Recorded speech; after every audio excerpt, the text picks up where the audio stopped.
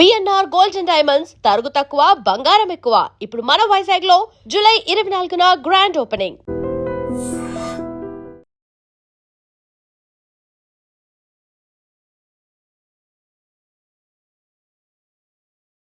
నమస్తే, welcome to I dream.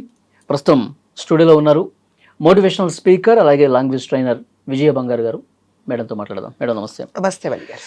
Madam, Uppal దగ్గర ఫిర్యాదుగూడలో 27 ఏళ్ల యువతి తేజస్విని అమ్మాయి అర్ధరాత్రి 2:30 సమయంలో నగ్నంగా ఇంట్లో నుంచి పరిగెత్తుకుంటూ వచ్చి కింద ఫస్ట్ ఫ్లోర్లో తలుపులు కొట్టి తర్వాత బ్యాచిలర్స్ రూమ్లోకి వెళ్ళిపోయి మళ్ళీ అంతే స్పీడ్గా పరిగెత్తుకుంటూ వచ్చి అమ్మవారి విగ్రహంతో సహా అక్కడ పక్కన ఉన్నటువంటి చెరువులో దూకి ఆత్మహత్య చేసుకుంది. మనం మీడియాలో చూస్తూ ఉన్నాం. అవును, తెలంగాణలో కాదు, మొత్తం ఓవరాల్గా తెలుగు రాష్ట్రాల్లోనే ఒక సంచలనమైనటువంటి కేసుగా ఉంది. ఈ మృతి అనేది అనుమానాస్పదంగా కనిపిస్తోంది. కానీ ఆమె తల్లితో నేను మాట్లాడాను మేడం. అక్కడికి వెళ్ళారు కదా, ఇంటర్వ్యూ చేశాను. ఆమె కూడా కొంచెం పొంతలు లేని సమాధానాలు, ఆమె కూడా కొంచెం తేడాగా మాట్లాడుతుంది, మెంటల్ గా డిస్టర్బ్ అయినట్టుగా ఉందా, అట్లా కనిపిస్తోంది. అంటే పోలీసులు అసలు వాస్తవాలు ఏంటనేది ఇన్వెస్టిగేషన్లో తేలుతాయేమో బహుశా. ఆమెకి మెంటల్గా ఎంతవరకు సరిగా ఉంది అన్నది మీ అంచనా ఏంటి మేడం? ఏం జరుగుంటుంది? ఇప్పుడు ఆవిడే అమ్మాయి బాగా చదువుకున్న అమ్మాయి అండి. చదువుకొని సాఫ్ట్వేర్ ఇంజనీర్, కొన్ని రోజులు బెంగళూరులో పనిచేసి ఆ వర్క్ టెన్షన్ భరించలేక, ఆ ప్రెషర్ భరించలేక రిజైన్ చేసేసి వాళ్ళది ఏదో విజయనగర్ అన్నమాట. సో అక్కడికి వెళ్ళిపోయింది. దాని తర్వాత మళ్ళీ ఏదైనా వెతుక్కుందామనే ఉద్దేశంతో తండ్రిని అక్కడ వదిలేసి ఓన్లీ తల్లి కూతురే వచ్చారు. కొన్ని రోజులు ఎక్కడో ఉన్నారు. ఇప్పుడు ఈ సంఘటన జరిగిన ప్లేస్లో కొన్ని రోజుల కిందటే వచ్చారట వాళ్ళు. ఒక నెల కోసమే ఉంటామన్నట్టుగా. అంటే జనరల్గా మీరు అన్నట్టుగా ఆన్లైన్లో యాప్ ద్వారా వాళ్ళకి అది దొరికింది. అదేదో మనం విన్నది ఏంటంటే 3,500 రూపీస్ పర్ డే అట. అలా పే చేస్తూ ఉన్నారు. వాళ్ళకు ఫైనాన్షియల్గా ఏమీ ప్రాబ్లం లేనప్పుడు మాత్రమే కదా 3,500, దాదాపు నెలకు 1,00,000 రూపాయలు. 1,00,000 రూపాయలు రెంట్ కట్టాలి అంటే ఫైనాన్షియల్గా అవన్నీ చూసుకునే వాళ్ళు అందులో ఆ స్టెప్ వేసి అక్కడికి వెళ్ళారు వాళ్ళు.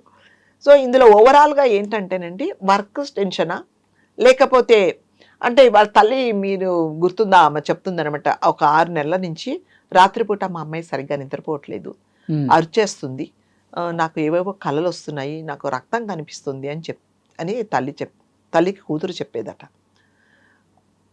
అలా తల్లికి కూతురు చెప్పినప్పుడు కనీసం ఆ అమ్మాయిని తీసుకెళ్ళి ఒక సైక్రాటిస్ట్ దగ్గరికి తీసుకెళ్ళి ఒక కౌన్సిలింగ్ దగ్గరికి తీసుకెళ్ళి ఆమెకు కొంచెం ట్రీట్మెంట్ ఇప్పించుంటే ఇవాళ ఈ పరిస్థితి ఉండేది కాదు. అసలు ఎందుకు వస్తుంది, ఏంటి ప్రాబ్లం ఏంటి, నువ్వు దేని గురించి ఆలోచిస్తున్నావు అనేసి అవన్నీ తల్లి అసలు ఏమీ పట్టించుకోలేదు. మీరే వెళ్ళారు ప్రత్యక్షంగా. సో తల్లి అంటే ఒక 28 సంవత్సరాల కూతురు సడన్ గా రోడ్డు మీద ఇలా వివస్త్రగా వెళ్ళి ఒక దూకి చనిపోయింది అంటే అసలు కాళ్ళు చేతులు పనిచేస్తాయండి ఎవరికైనా. ఒక తల్లికి ఎంత బాధ ఉంటుంది. సో మీరే వెళ్ళారు. ఆమె ఏమాత్రం బాధ లేకుండా సూట్ కేసులను సర్దుకొని మేము ఉండట్లేదండి, మేము వెళ్ళిపోతున్నాం ఇక్కడి నుంచి, మా అమ్మాయి చనిపోయింది, ఇప్పుడు చనిపోయిన అమ్మాయిని మీరు తీసుకొస్తారని అడుగుతుంది. సో ప్రతి ఒక్కరూ అడిగారట ఆ కాలనీలో వాళ్ళందరూ, వీళ్ళ వల్ల మాకు చాలా డిస్టర్బ్ అయిపోతుంది, వీళ్ళ అమ్మాయి చనిపోయింది, అసలు వీళ్ళ సంగతి ఏంటో మాకు తెలియట్లేదు, మీరు తొందరగా ఇన్వెస్టిగేట్ చేయండి, చుట్టుపక్కల వాళ్ళు మాకంతా టెన్షన్గా ఉంది అని అంటే, అలా టెన్షన్ ఉండ వాళ్ళందరినీ చనిపోమని చెప్పు అని చెప్పిందంట ఈవిడి. చచ్చిపోమని చెప్పు, ఎందుకు ఉండాలట అని అంటే అలా మాట్లాడిందంటే నిజంగా ఆమెకు కూడా ఏదో ప్రాబ్లం, మెంటల్గా ఏదో ప్రాబ్లం ఉన్నట్టుగానే అనిపిస్తుంది. ఒక కూతురు పోయింది, చేతికొచ్చిన కూతురు పోయింది అంటే ఏ యాక్సిడెంట్లోనో పోయిందా, లేకపోతే ఏదైనా జ్వరం వచ్చో లేకపోతే ఒంట్లో బాగాలేకపోయింది అంటే కూడా బాధ ఉంటుంది ఒక తల్లికి. అలాంటిది నీ ఇంటి నుంచి నిన్ను లోపల పెట్టేసి బయట నుంచి నువ్వు గొల్లెం పెట్టేసి ఆ కూతురు 2 ఇళ్ళకెళ్ళి తలుపులు కొట్టేసి, అసలు ఆ ఇళ్ళకి వెళ్ళి తలుపులు ఎందుకు కొట్టిందో ఆమెకే తెలియాలి. అంటే ఆమెకు నేను అనుకుంటానండి ఆ 2 గంటలప్పుడు ఆ 12ంటికి 1 గంట మధ్యలో ఏదో ఒక కల వచ్చేసి ఆ అమ్మాయి లేచేసి ఇంకా హెల్ప్లెస్ కండిషన్లో ఏదో నాకు జరగబోతుంది, నేను ఇక్కడ ఉంటే నాకేమన్నా అవుతుందేమో అనేసి, ఇంకా అంటే జనరల్గా ఒక ట్రాన్స్లో ఉండేవాళ్ళు బలి గారు, మనం ఏం చెప్పినా వాళ్ళకి అర్థం కాదు, ఇంకా అదే అంటే నేను చేసేదే కరెక్ట్, ఇంకా మీరు ఎన్ని చేసినా కూడా ఫుల్ బాటిల్లో నీళ్లు పోస్తే కిందికి పోయినట్టే, వాళ్ళది ఆల్రెడీ ఫిల్ అయిపోయి ఉంటుంది, ఒక ఒపీనియన్ అనేది ఫిల్ అయిపోయి ఉంటుంది, మనం ఎన్ని చెప్పినా కూడా వేస్ట్. అట్లాగే ఈ అమ్మాయికి నన్ను ఎవరో ఏదో చేస్తున్నారు, సో నాకు ఏదో అవుతున్నది అన్న డిప్రెషన్ లో ఉన్నప్పుడు యాక్చువల్ గా నిద్రలో ఒక ఏదన్నా కళ వచ్చి అలా వచ్చి ఆ కళలో జరిగేదే రియాలిటీలో చేసిందేమో. అయితే నాకేమో ఎవరో నా మీద పడుతున్నారు, చెప్తుంది నాకు రక్తం కనిపిస్తుంది అని చెప్పినప్పుడు జనరల్ గా అంటే మామూలుగా మన ఇంట్లో ఇప్పుడు మీకు ఒక కూతురు ఉంటుంది, లేదా మీకు ఒక అబ్బాయి, నాన్న నాకు ఇంట్లో బాగాలేదంటే మీరు కానీ మీ ఆవిడ కానీ వెళ్ళి రా నా దగ్గర పడుకో, మన ఇద్దరం ఒకటే రూమ్ లో పడుకుందామా అని అంటారు జనరల్ గా. అంతే కదా, పిల్లలకు ఒంట్లో బాగాలేనప్పుడు నీ అంతకు నువ్వు రూమ్ లో పడుకోమని చెప్పు. అట్లాంటిది అమ్మాయి 6 నెలల నుంచి బాగాలేదు, డిప్రెషన్ లో ఉంది, తర్వాత సరిగ్గా భోజనం చేయట్లేదు, ప్లస్ జాబ్ పోయిన బాధలో కూడా ఉంది అన్నప్పుడు ఒక తల్లిగా నువ్వేం చేయాలి, పిల్ల దగ్గర నువ్వు కానీ అయితే నీ దగ్గరే వచ్చి పడుకోమని నువ్వు చెప్పాల్సింది. అది లేకుండా ఇద్దరికి 3 BHK, అది ఎవరి రూమ్లలో వాళ్ళు పడుకున్నారు. అంటే ఈమెకు అక్కడ లోపల ఏం జరిగిందో తెలియదు ఈ తల్లికి. అంటే ఒక తల్లిగా నువ్వు ఏం కేర్ తీసుకోలేదు ఆమె గురించి. ఇందులో ఏమైనా కేర్ తీసుకున్నట్టు అనిపిస్తుందా? ఏమాత్రం కేర్ లేదు. సో నాకు అంటే this is only my imagination, నేను అసెస్ ఏం చేసుకుంటున్నానంటే ఎప్పట్లాగే ఏదో ఒక కళ వచ్చింది, ఆమెకి ఏం చేయాలో తోచలేదు. సో లేయగానే కళ్ళు ఎవరు లేరు ఇంట్లో, ఏం చేసిందంటే బయటకు వచ్చేసి అంటే చెప్పాను కదా ఆ డిప్రెషన్ ఉన్నప్పుడు నా ఒంటి మీద బట్టలు ఉన్నాయా లేదా, ఈ బట్టలు ఇప్పితే ఇది తప్ప, నన్నందరూ నలుగురు చూస్తారే అనేది ఏమాత్రం విచక్షణ లేకుండా తల్లి ఒకవేళ నేను ఇలా బయటికి బట్టలు ఇప్పేసిన తర్వాత నా తల్లి చూసి నన్ను ఏమన్నా అరుస్తుందని బయట నుంచి పెట్టేసింది ఆమెను. తలుపు పెట్టేసి బయటికి పరిగెత్తుకుంటూ వచ్చిన తర్వాత ఆమెకి ఎవరో ఒకరు తనను హెల్ప్ చేసేవాళ్ళు, తనను దగ్గర తీసుకునే వాళ్ళు కావాలి ఆమెకి. అందుకని మీరు అన్నట్టుగా కిందికి వెళ్ళి తలుపులు బాధింది, వాళ్ళెవరు తెలవలేదు.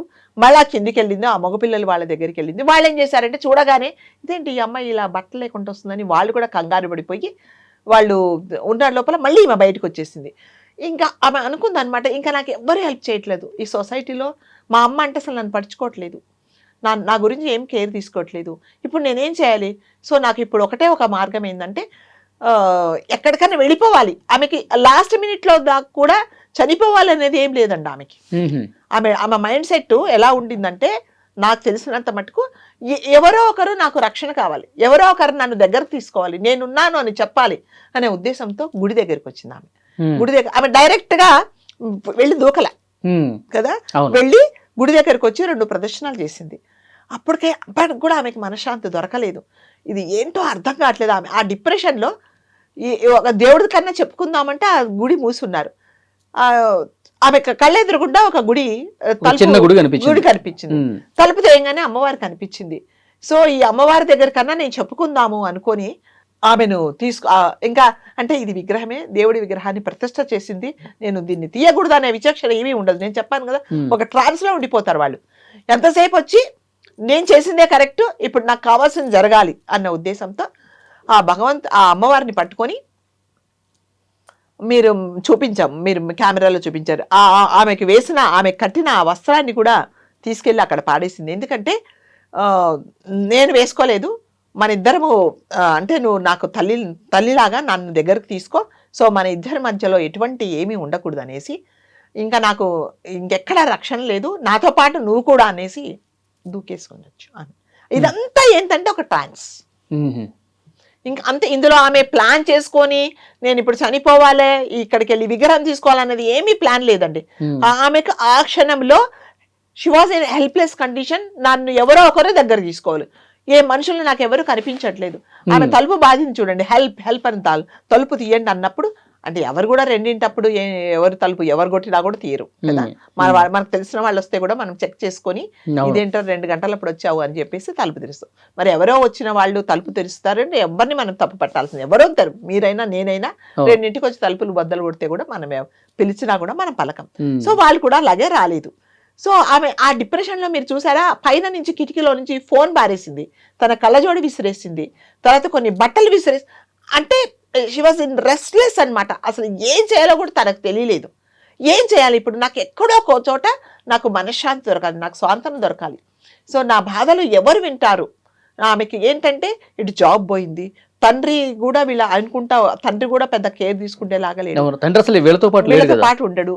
మరి తల్లి చూస్తే అలా ఉంది, జాబ్ లేదు, ఫైనాన్షియల్ గా నేను అసలు ఏంటి వాళ్ళ తల్లి నాకు ఇంటర్వ్యూలో మాట్లాడినప్పుడు ఏదో అప్పులు ఉన్నాయండి, అప్పులు మేమే కట్టుకోవాలి, అదే ఎవరు చెప్- మాకు అదే చెప్తున్నా. సో వీటన్నిటికి కలిసిన తర్వాత ఆ అమ్మాయికి ఒక డిప్రెషన్ వచ్చింది. నన్ను ఎవరు పట్టించుకోవట్లేదు. అంటే బాధ్యతగా ఒక తండ్రి నన్ను ఈ వయసులో నన్ను దగ్గరకు తీసుకొని నన్ను ఒక సెటిల్ చేయాల్సిన మనిషి తండ్రి నన్ను పట్టించుకోవట్లేదు. తల్లి చూస్తే కూడా అలాగే ఉంది. సో నాకు ఎందుకు ఈ బాధ, నేను ఎవరికి చెప్పుకోవాలి అనే డిప్రెషన్లో ఏం చేసిందంటే ఏం ప్లాన్ చేసుకోలేదండి. నాకు తెలిసి ఏమీ ప్లాన్ చేసుకోలేదు. బట్టలు ఇప్పుకోవడానికి కూడా ప్లాన్ చేసుకోలేదు, అక్కడ విగ్రహాన్ని తీసుకోవడానికి కూడా ప్లాన్ చేసుకోలేదు. ఎక్కడ నాకు మనశ్శాంతిగా ఉంటుంది, అమ్మవారి దగ్గర నాకు మనశ్శాంతిగా ఉంటుందేమో, ఈమె నాతో పాటు ఉంటే నేను ఆమె నా దగ్గరే ఉంటుంది, ఇంకెక్కడికి ఉంటుంది కదా అనేసి ఆ లాస్ట్ మినిట్లో ఏం చేయాలో తోచలేదు, వెళ్ళి అందులో దూకింది అంతే. ఇందులో ఎక్కడ ఈ ప్రీ ప్లాన్ అయితే సొంత తల్లే పట్టించుకోవట్లేదు కాబట్టి ఈ అమ్మవారైనా అదే చెప్తున్నా, ఒక తల్లిలాగా నన్ను దగ్గరకు తీసుకుంటుందేమో అని. అంటే ఇప్పుడు ఆమె మనసు ఎలా ఉండిందంటే ఒక చంటి పిల్లలు బట్టలు లేకుండా ఎలా ఉంటారో అట్లాగా నాకు అంటే ఇవన్నీ ఏమీ వద్దు నాకు, నన్ను అంటే నేను ఎలా ఉన్నానో అలా నన్ను స్వీకరించే మనిషి నాకు కావాలి. ఎవరున్నారు, ఎవరి దగ్గరికి వెళ్ళినా ఎవరు తలుపు తీయట్లేదు, ఎవరు నన్ను దగ్గర తీసుకోవట్లేదు. కాబట్టి అమ్మవారి దగ్గరికి ఆమె అక్కడికి వెళ్ళంగానే లాగేసుకొని మళ్ళీ నాకు కూడా బట్టలే కదా నీకెందుకు అనేసి అవి కూడా అవి తీసేసి దూకేసింది. అయితే బెంగళూరులో జాబ్ చేసింది కదా మేడం, సో 6 నెలల నుంచి జాబ్కి పోవట్లేదు, అక్కడ రిజైన్ చేసి వచ్చేసింది. అవును. సో అక్కడ పనిచేసేటువంటి కంపెనీలో ఏమికి ఏమన్నా ఇబ్బందికర పరిస్థితులు ఏమన్నా ఏర్పడ్డాయా? అప్పటి నుంచి ఏమన్నా డిస్టర్బ్ అయిందా? ఇబ్బందికర పరిస్థితులు ఉండొచ్చు, లేకపోతే తనకు ఆ ప్రొఫైల్ నచ్చకపోవచ్చు, ఏది ఏమైనా కూడా అక్కడ రిజైన్ చేసింది. అక్కడిది ఈమె ఏం క్యారీ ఫార్వర్డ్ చేయలేదు. కాకపోతే ఏంటంటే జాబ్ లేదు, ఫైనాన్షియల్గా ప్రాబ్లమ్స్ ఉన్నాయి, ప్లస్ ఇక్కడ ఏదైనా జాబ్ వెతుక్కుందామంటే అందరూ కొత్త వాళ్ళు, తెలిసిన వాళ్ళు ఎవరూ లేరు. మరి ఇప్పుడేమో అప్పులు ఉన్నాయి, మీరు చెప్పినట్టుగా వాళ్ళ అమ్మగారు చెప్పినట్టుగా అప్పులు ఉన్నాయి. ఇవన్నీ రెస్పాన్సిబిలిటీస్ నాకే, నేనేం చేయాలి, నా బాధలు ఎవరికి చెప్పుకోవాలి అనేసి రాత్రిపూట నిజానండి మనం ఏదైనా డిస్టర్బ్ అయితే మనకి రాత్రి నిద్ర పట్టదు కదా, అన్నీ వస్తాయి, అవి ఇవి అప్పుల వాళ్ళు ఈఎంఐలు ఇవన్నీ వస్తాయి, కాబట్టి మనకి మనశ్శాంతి ఉండదు. సో ఇవన్నీ ఫేస్ చేసిందండి ఆ అమ్మాయి. సో వీటన్నిటికీ మూల కారణం ఏంటంటే తల్లి. ఆ తల్లి ఎప్పుడైతే అరే నా కూతురు కదా, మన ఫ్యామిలీ కోసం ఈమె అమ్మాయి ఇంత బాధపడుతుంది, అమ్మ పర్లేదమ్మా జాబ్ లేకపోయినా పర్లేదు, మన ఇద్దరం ఏదో ఒకటి పని చేసుకుందాం, పర్వాలేదు నేను చూసుకుంటాను నిన్ను అనేసి ఆ కూతుర్ని రక్తం కనిపిస్తుంది అన్నప్పుడు, నాకు పీడకలాలు వస్తున్నాయి అన్నప్పుడు అప్పుడే ఒక డాక్టర్ దగ్గరికి, ఒక సైకాలజిస్ట్ దగ్గర తీసుకెళ్ళింటే ఇవాళ ఈ పరిస్థితి వచ్చేది కాదండి. ఆమె చెప్పుకుండేది, సార్ నాకు ఇలా అనిపిస్తుంది, నాకు చనిపోవాలనిపిస్తుంది, నాకు ఎవరు లేరు అనిపిస్తుంది, నేను ఎవరితో షేర్ చేసుకోలేకపోతున్నాను అన్నప్పుడు ఆయన ట్రీట్మెంట్ ఇచ్చేవాళ్ళు, బాగుండేది. దీనికి అంతా చూస్తే మీరే ప్రత్యక్ష సాక్షి. మీరు వెళ్ళినప్పుడు ఆవిడ అంటే ఒక 25 సంవత్సరాల కూతురు చనిపోయింది, అది కూడా ఏ యాక్సిడెంట్లనో ఏ ఒంట్లో బాగలేకో చనిపోలేదు. రాత్రి ఉన్న అమ్మాయి ఒక చెరువులో దూకి చనిపోయింది అన్నప్పుడు మామూలుగా తల్లి కానీ కుటుంబ సభ్యులు కానీ మనకే బాధ అనిపిస్తుంది. కింద పడి దొర్లేసి అసలు ఏం చేయాలో అర్థం కాక గుండె లవిసేలాగా ఏడుస్తారు. మీరు వెళ్ళినప్పుడు కనీసం ఆమె అయ్యో నా కూతురు చనిపోయింది నాయన అని ఒక మాట అనిందా మీకు? మీరేంటండి మా అమ్మాయి చనిపోతే మళ్ళీ మీరు వచ్చి మా అమ్మాయిని తీసుకొస్తారా అని మిమ్మల్ని అడిగింది ఆమె. కాబట్టి ఆమె కూడా ఈవెన్ ఆమెకు కూడా ఏదో ప్రాబ్లం ఉంది మెంటల్గా. అంటే బికాజ్ వాళ్ళ హస్బెండ్ ఈమెను కేర్ తీసుకోకపోగా పట్టించుకోకపోతే కూడా అలాంటి ప్రాబ్లమ్స్ వస్తాయి. అంటే ఏదేమైనా వెళ్ళి గారు ఎప్పుడైనా మనము మెంటల్గా ఏదన్నా మనకు ప్రాబ్లమ్స్ ఉన్నప్పుడు కంపల్సరీగా డాక్టర్ దగ్గరికి వెళ్ళాలి, లేకపోతే మన దగ్గర ఉండే వాళ్ళు డాక్టర్ దగ్గరికి తీసుకెళ్ళాలి. అప్పుడు కానీ ఇప్పుడు లేకపోతే చూడండి అసలు అమ్మాయి డెసిషన్ తీసుకోవడానికి కారణం ఎవరు లేరు, నాకేమో అయిపోతుంది, నాకు పీడకలాలు వస్తున్నాయి, నన్ను ఎవరో ఏదో చేస్తున్నట్టు అనిపిస్తుంది, నాకు రక్తం కనిపిస్తుంది, ఇవన్నీ ఏంటంటే అంత ఇమాజినేషన్. దానివల్ల తన ప్రాణం పోగొట్టుకుంది. ప్రతి ఒక్కరు కూడా ఎప్పుడైనా సరే మన చుట్టుపక్కల వాళ్ళు కానీ మన వాళ్ళు కానీ మన ఫ్రెండ్స్ కానీ ఇలాంటి డిప్రెషన్లో ఉన్నప్పుడు ఇమీడియట్గా చేయాల్సి, ఎస్ పూజలు చేసుకోవచ్చు, మీకు దేవుడి మీద నమ్మకం ఉంటే గుడికి తీసుకెళ్ళచ్చు, కానీ గుడికి తీసుకెళ్ళినంత మాత్రాన మీ రోగం తగ్గదండి కదా. మీరు చేయాల్సిన ట్రీట్మెంట్ అనేది కంపల్సరీగా మీకు మెడికల్ వైజ్గా మీకు ట్రీట్మెంట్ అనేది కంపల్సరీగా జరగాల్సిందే. అంతేగాని నేను 5 సార్లు గుడికి వెళ్తా, 5 సార్లు చర్చికి వెళ్తా, 5 సార్లు నమాజ్ చదువుతా, 5 సార్లు భగవద్గీత చదువుతా అంటే కాదు, దానితో పాటు ఇది చెయ్యాలి. సో ఆమె అది చేయకపోయినందుకే ఇవాళ ఇది జరిగింది. కాబట్టి ఎవరైనా సరే నిజాన్ని మీరు అన్నట్టుగా ఇంకా ఇన్వెస్టిగేషన్లో మనకి ఇంకా చాలా తెలుస్తాయి. నాకు తెలిసి ఈమె ఏంటంటే డిప్రెషన్లోనో అలా చేసుకుందే తప్ప వేరే ఏదో ప్లాన్ చేసింది కాదు, ఆమెను ఎవరో ఫోర్స్ చేసింది కాదు, ఏమీ కాదు. మీరు కెమెరాలో మనం చూసాం, ఎవరో ముగ్గురు ఆ కుర్రోళ్ళే అనమాట, అరే ఇలా వెళ్ళిపోతుంది అనేసి మీ సెకండ్ ఫ్లోర్లో ఒక ఆవిడ చెప్తుంది, మేము ఒక దుప్పటి ఇచ్చి వేసిరా అంటే ఆమె పరిగెత్తిపోయిందని చెప్పారండి, పిల్లలు కూడా అన్నారు. అంటే ఆ క్రమంలోనే ఆమె వెంట పడ్డారే తప్ప ఆమెనేదో చెయ్యాలని మాత్రమైతే కాదండి. జనరల్గా కూడా ఎవరైనా మనకు ఎవరైనా సరే బట్టలు లేకుండా కనిపిస్తే మన మైండ్ పనిచేయదు. ఫస్ట్ ఆఫ్ ఆల్ మనమే ఒక షాక్లో ఉంటాం. సో ఆ మగపిల్లలకి ఎటువంటి ఆలోచనలు రాలేదప్పుడు ఒకటేంటంటే ఆమెను కాపాడదాము, ఏదో బాధలో ఉంది, బట్టలు లేకుండా తిరుగుతుంది, చూస్తే చాలా చదువుకున్న దానిలాగా ఉంది అనేసి ఆమెను కాపాడదామని ట్రై చేశారే తప్ప మగపిల్లలు ఎటువంటి ఏమీ హాని చేయలేదు. ఇది కంప్లీట్గా డిప్రెషనేనండి. కాబట్టి ఎప్పుడైనా సరే ఒక డిప్రెషన్లో ఎవరున్నా కూడా మనం సజెస్ట్ చేసేదంటే దయచేసి మీరు హాస్పిటల్కి తీసుకెళ్ళండి, దాని వైజ్ మీరు మందులు ఇప్పించండి. ట్రీట్మెంట్ జరుగుతున్నప్పుడు మీకు భగవంతుడి మీద నమ్మకం ఉంటే మీరు క్రైస్తవులు అయితే చర్చికి తీసుకెళ్ళండి, ముస్లిమ్స్ అయితే నమాజ్ చేయించండి, మామూలుగా హిందువులైతే గుడికి తీసుకెళ్ళండి. కానీ ఓన్లీ దేవుడే చేస్తాడు అనేది మాత్రం కాదు. బాగా చెప్పారు మేడం. Thank you.